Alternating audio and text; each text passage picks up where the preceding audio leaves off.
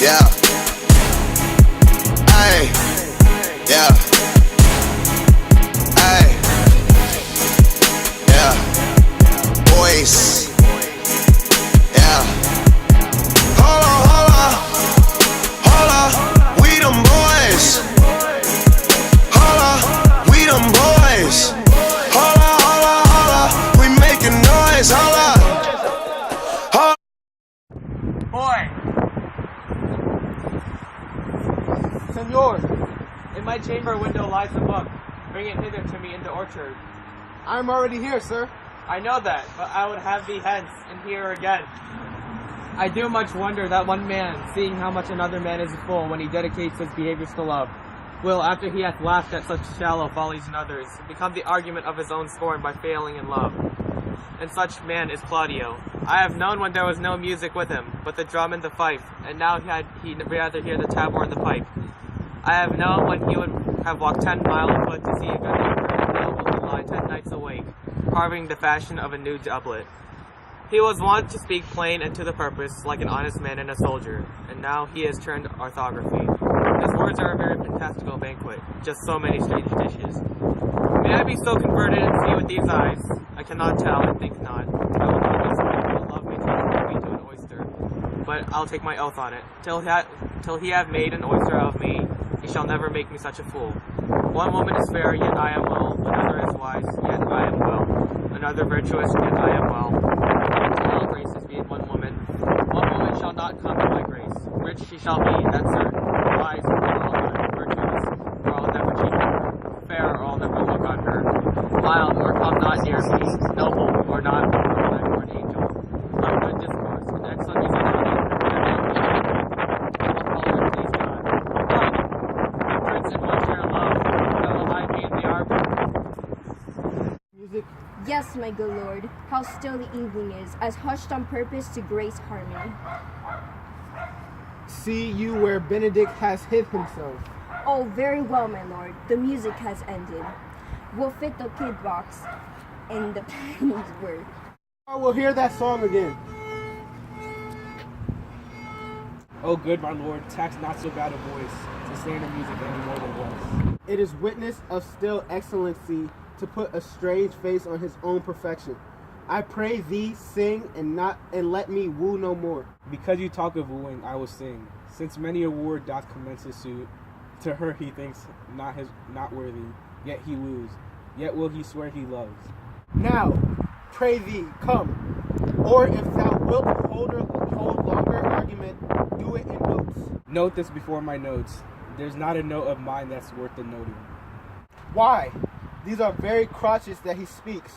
Notes, forsooth, and nothing. Now, divine air, now is his soul ravished. Is it not strange that sheep's guts should hale souls out of men's bodies?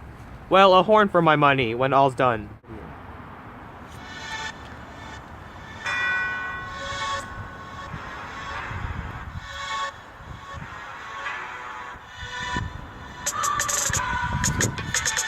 Sigh no more, lady, sigh no more.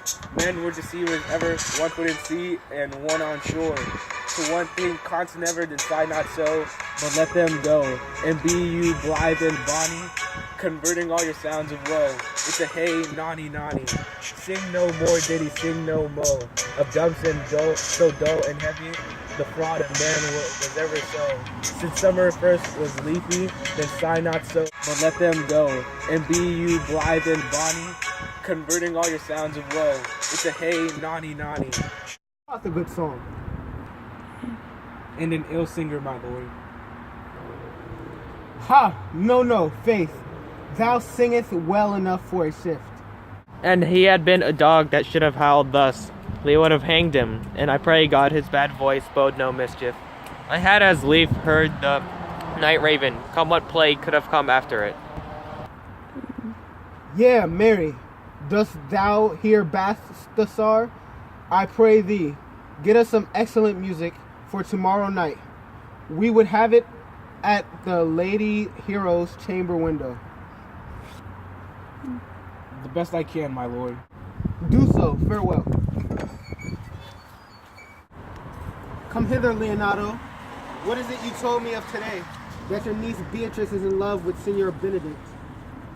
Oh, hey, stuck on the falsets. I did never think that lady would have loved anyone. No, nor I neither, but most wonderful that she shouldn't so dote on Senior Benedict, whom she hath in all outward behavior seemed every to arbor. Is it possible? Sits the wind in that corner? By my truth, my lord, I cannot tell what to think of it, but that she loves him with an enraged affection. It is past the infinite of this thought. Maybe she doth, but counterfeit. Faith, like enough. Oh God, counterfeit.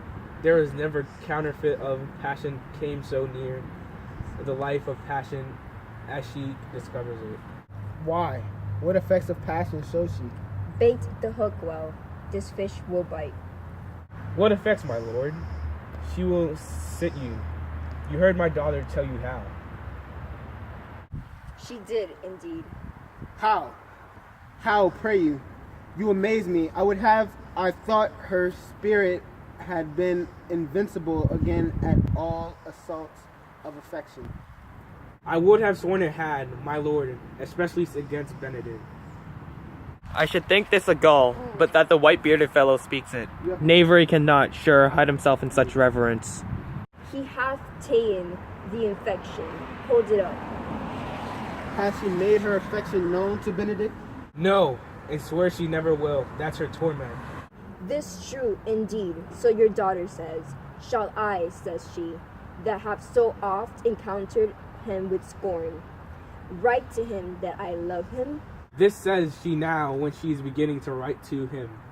For she will be up 20 times a night, and there she will sit in her smock till she have writ a sheet of paper. My daughter tells us all.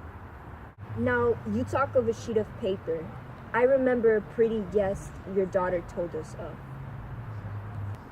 Oh, when she had read it and was reading it over, she found Benedict and Beatrice between the sheet. That.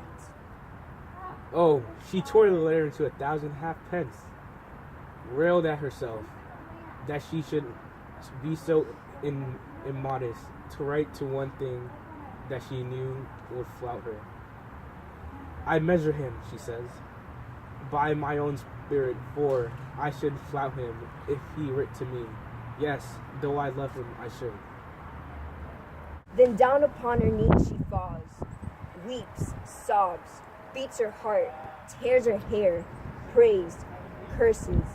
Oh, sweet Benedict, God give me patience. She doth indeed, my daughter says so, and the ecstasy hath so much overwhelmed her that my daughter is sometime afeard she will do a desperate outrage to herself. It is very true. It were good that Benedict knew of it by some other, if she will not discover it. To what end? He would make but a sport of it, and torment the poor lady worse. And he should. If it were alms to hang him, she's an excellent, sweet lady, and out of all suspicion, she is virtuous. And she is exceeding wise. In everything but loving Benedict, I would, had she bestowed this damage on me, I would have dashed all other respects and made her half myself. I pray you, tell Benedict of it and hear what I will say. Were it good, think you? Hero thinks surely she will die. For she says she will die if you love her not. And she will die ere she make her love known. And she will die if he woo her, rather than she will bait one breath of her accustomed crossness. She doth well. If she should make tender of her love, 'tis very possible he'll scorn it. For the man you all know hath a commendable spirit. He is a very proper man. He hath indeed a good outward happiness. Before God and in my mind, very wise. He doth indeed show some sparks that are like wits. And I take him to be valiant. And in the managing of quarrels, you may say he is wise, for either he avoids them with great restriction, or undertakes them with most Christian-like fear. If you do fear God, must necessarily keep peace. If you break the peace, be ought to enter into a quarrel with fear and trembling. So will he do. For the man doth fear God. However, it seems not in him by the same large jest he will make. Well, I am sorry for your niece. Shall we go seek Benedict and tell him of her love? Never tell him, my lord. Let her wear it out with good counsel. Nay, that's impossible. She may wear her heart out first. Well, we will hear further of it by your daughter. Let it cool the while. I love Benedict well, and I could wish he would modestly examine himself to see how much he unworthy so good of a lady. My lord, will you walk? Dinner is ready. Let there be the same net spread for her, and that must your daughter and her gentlewoman carry. The sport will be when they hold one of opinion of another's dotage, and no such matter. That is the scene that I will see, which will be merely a dumb show. Let us send her to call him into dinner. This can be no trick. The conference was sadly born. They have the truth of this from Hero. They seem to pity the lady. It seems her affections have their full bent. Love me, why, it must be requited. I hear how I am censored. They say I will bear myself proudly, if I perceive the love come from her. They say, too, that she will rather die than give any sign of affection. I did never think to marry. I must not seem proud. Happy are they that hear their detractions and can put them to mending. They say the lady is fair. 'Tis a truth. I can bear them witness, and virtuous. 'Tis so. I cannot reprove it, and wise, but for loving me. By my troth, it is no addition to her wit, nor no great argument of her folly, for I will be horribly in love with her. I may chance have some odd quirks and remnants of wit broken on me, because I have railed so long against marriage. But doth not the appetite alter? A man loves the meat in his youth that he cannot endure in his age. Shall quips and sentences and these paper bullets of the brain awe a man from the career of his humor? No, the world must be peopled. When I said I would die a bachelor, I did not think I should live till I were married. Here comes Beatrice. By this day, she's a fair lady. I do spy some marks of love in her.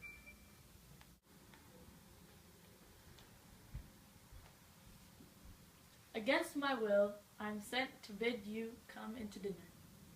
Fair Beatrice, I thank you for your pains. You take pleasure, then, in the message? Yeah, just so much as you may take upon a knife's point and choke a doll withal. You have no stomach, signor, fare you well. Ha! Against my will, I am sent to bid you to come in to dinner. There's a double meaning in that I took no more pains for those things than you took pains to thank for. That's as much to say.